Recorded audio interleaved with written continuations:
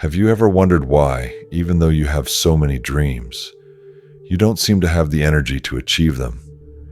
It's not a lack of willpower. You have ideas, plans, deep desires. You want to write that book that lives in your head, learn something new, transform your body and mind.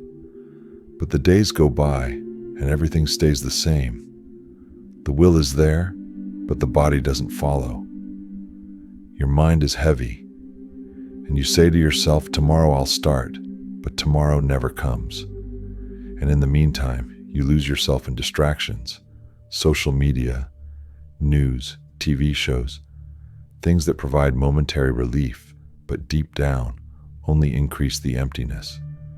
And then comes the guilt, the feeling that you are wasting your life, that you are falling behind while others move forward. But the truth is that you are not lazy. You are overwhelmed. And when your mind sees something that seems too difficult, it reacts by running away. It's biology, it's instinct. It's your brain trying to protect you from frustration, pain, and failure. The philosopher Schopenhauer said that suffering arises from the gap between what we want and what we can achieve. We experience this conflict every day. We want to change, but we don't know how to get out of inertia. And little by little, we come to believe that we don't have what it takes. That maybe change isn't for us, but this belief is a prison, and it needs to be broken. Because what paralyzes you is not a lack of ability. It is the way you have learned to deal with your own desires. Perhaps no one has taught you that big changes don't start with big actions, but with small choices. Maybe you're waiting for the perfect moment, that day when everything will fall into place. But that day will never come. What you have is today. It is this moment. And if you're willing to take just one step, just one, everything can change. The Stoic philosopher Marcus Aurelius wrote, "The happiness of your life depends on the quality of your thoughts. And your thoughts can be cultivated, directed, transformed, one by one." So before you think about giving up on your dreams, look at them with fresh eyes. Not as insurmountable mountains, but as journeys made up of steps. And if you can take just one step today, that's already a victory. Because what transforms lives is not the intensity of a single day, but the consistency of small gestures. And maybe, just maybe, this video is the push you need to get started. Maybe you've already decided to change your life, to be healthier, save money. Write that book that's been in your head for years. But the mere thought of getting started seems to consume all your energy. The image of running every day or drastically changing your diet causes more anxiety than motivation. And so you give up before you even take the first step. This isn't because you don't care. Quite the contrary. The problem is that you care so much that you're afraid of failing. And that's when your brain kicks in, trying to protect you from the pain of frustration. It distracts you with what's easy: social media, TV shows, games. A false sense of immediate relief for an anguish that remains latent. The philosopher Epictetus once said, "It is not things themselves that disturb us, but our opinion of them." What paralyzes you is not the actual size of the task, but the imaginary weight it carries. The mind exaggerates, creates monsters, and when something seems bigger than we are, our natural instinct is to retreat. This is not laziness, it is defense. But like any habit, it can be reconditioned. This daily paralysis is like a rock in the road. It is not insurmountable, but it seems insurmountable when we are tired. Therefore, the first step to breaking out of this cycle is to understand that the problem is not a lack of ability. It is the way your mind perceives the effort. This is where existential philosophy comes in strongly. For Viktor Frankl, human beings find meaning even in the most adverse situations, as long as they see purpose. So shifting the focus from "it's too hard" to "Why is this important to me?" can change everything. Perhaps what is missing is not energy, but clarity. Clarity that your dreams will not come true on their own, but also that they do not all have to happen at once. The idea of achieving everything perfectly and immediately is a modern trap. French philosopher Albert Camus suggested that life is made up of repetition and constant effort. There is no climax, just a succession of meaningful acts. The real problem, therefore, is not the size of the goal, but the belief that you need to achieve it all right now. Ignoring these signs, this chronic fatigue, this feeling of recurring failure, comes at a high price. The slow erosion of self-esteem. Every time you give up on yourself, you confirm a lie, that you are not capable. But this lie only holds up as long as you don't question the way you have been dealing with your desires. That's why we urgently need to rethink the way we view our goals. The human mind fears what seems too big. When we look at a goal and it appears as a huge mountain, we become paralyzed. We want to write a book, but thinking about 200 pages stops us in our tracks. We want to save money, but cutting everything out at once seems like an unsustainable sacrifice. The solution? Reduce the impossible to the achievable. Division is the key. What seems obvious is actually a quiet revolution in how we approach life. Imagine facing a challenge as if you were climbing a mountain. You don't reach the top with one leap, but with short, steady steps. This simple logic changes everything. The Greek philosopher Aristotle argued that excellence is a habit, not an isolated act. By focusing on small daily actions, you shape your character and transform what was once too difficult into part of your identity. Writing a sentence today may seem like little, but it's a milestone, because what counts is not the size of the action, but its continuity. There is a concept in psychology called all or nothing syndrome. Either you do something perfectly or you don't even try. This way of thinking is a common trap among demanding people, and it can destroy any chance of real progress. Small steps seem useless to those who have been taught that only great achievements matter. But it is precisely the accumulation of small acts that builds a transformed life. As Lao Tzu said, a journey of 1,000 miles begins with a single step. The wisdom lies in starting small and continuing anyway.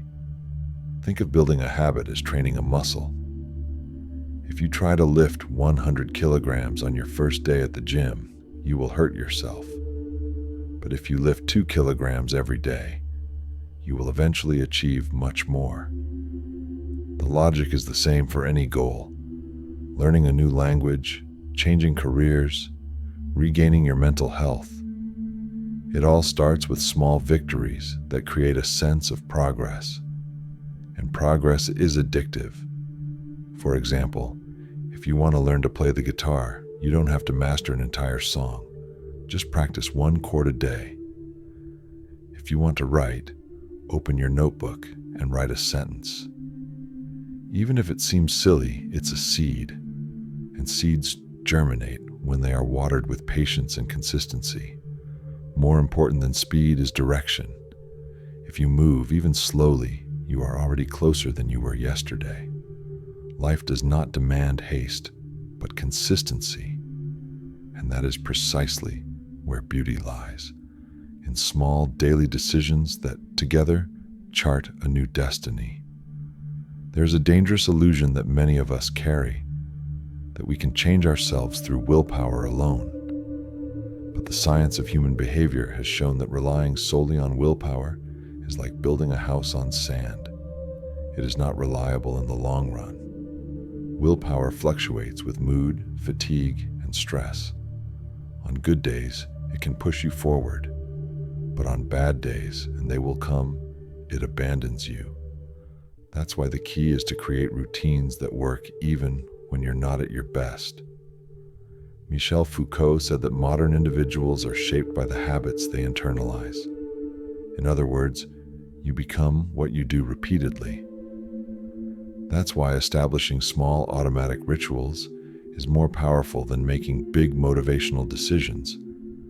Don't think about getting up at 5 a.m. and running 10 kilometers if you've never done it before. Start by leaving your sneakers next to your bed. That's it. Because by making it easier to start the action, you reduce mental friction, and that changes everything.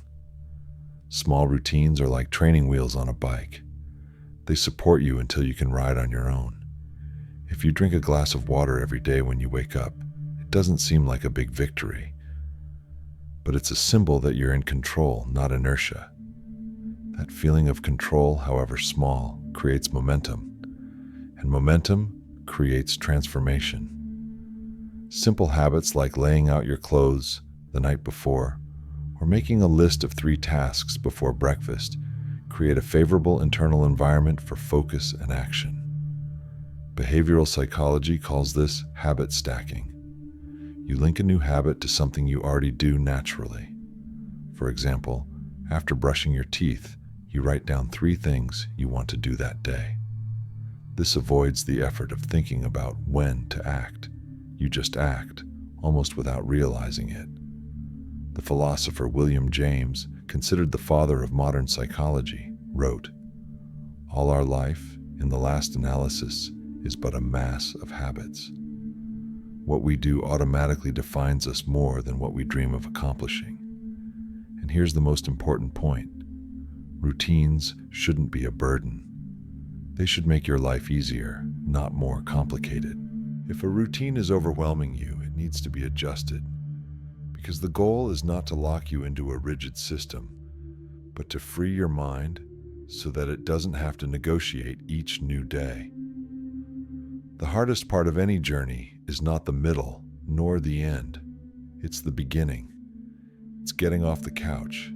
It's facing the blank page. It's taking the first step when everything inside you wants to stay still.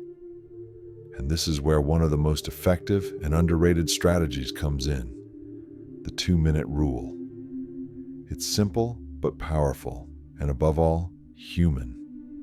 The idea is to start any task with a commitment of just 2 minutes. That's it. Want to read a book? Read 1 page. Want to tidy your room? Tidy 1 drawer. Want to practice a new language? Repeat 1 sentence. This idea has a deep foundation in behavioral psychology. Our brains resist the idea of prolonged effort, but they accept small actions. Inertia is overcome by movement, and once started, movement naturally tends to continue. The philosopher David Hume, in studying human action, argued that the initial impulse is a determining factor in the creation of lasting habits. Starting, even with a minimal gesture, breaks the rigidity of procrastination. Imagine a large rock at the top of a hill.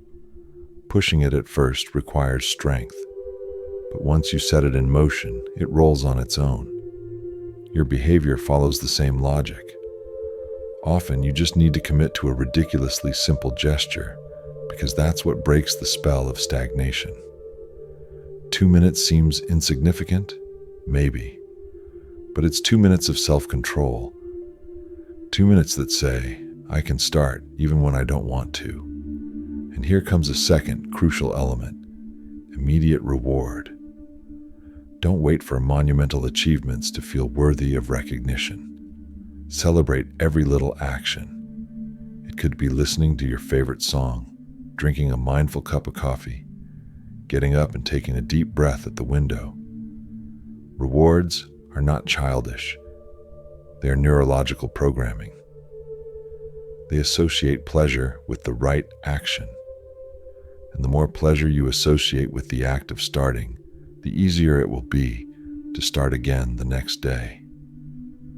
The Stoic philosopher Seneca said that the hardest part of the journey is always the first step. But once you start, the path reveals itself. And the more you start, the more you prove to yourself that you are capable of starting. Even on difficult days. Even when you're tired. Even when you're unmotivated. The practice of consistency begins with a small gesture, but one that is loaded with symbolic power. It is in these small gestures that you rebuild the confidence that life, routine, and previous failures may have eroded. Everyone starts small, even those who seem unattainable today. The author you admire, the successful professional, the friend who has become a role model for discipline. They all face the same starting point you face now. The fear of not being good enough, constant doubt, the exhaustion of trying and not seeing immediate results. But there is a difference between those who succeed and those who give up. The former keep going, even with small actions, even when no one's watching, even when it seems like nothing is changing. Imagine your dreams as a fire. Right now, they may be just a spark, weak, timid, almost extinguished. But every small action you take, no matter how insignificant it may seem, is fuel. And the more fuel you add, the more that fire grows. Until one day, you look back and realize that spark has turned into a bonfire. The warmth you were missing now comes from within, but you have to persevere. There will be days when you fail, you will forget, you will feel weak, and that's okay. Failure is not the opposite of success. It's part of the journey.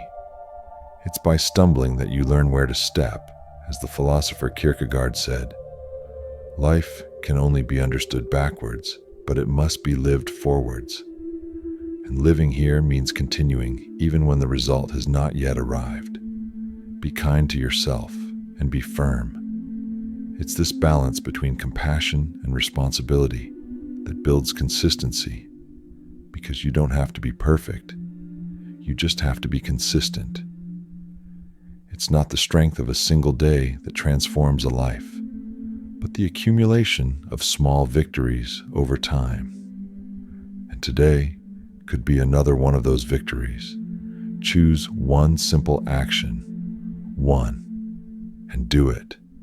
Don't wait for motivation. Don't wait for everything to fall into place, because your dreams won't wait for you. And if this video sparked something in you, like and comment, I'm going to start. YouTube's algorithm has changed, and now it delivers more of this type of content only if there is interaction. So if this message touched you in any way, your comment could make it reach someone who, at this very moment, desperately needs to hear it. Someone who may be on the verge of giving up. And if you can, even if it's just a little, consider supporting this channel. Remember the fire metaphor?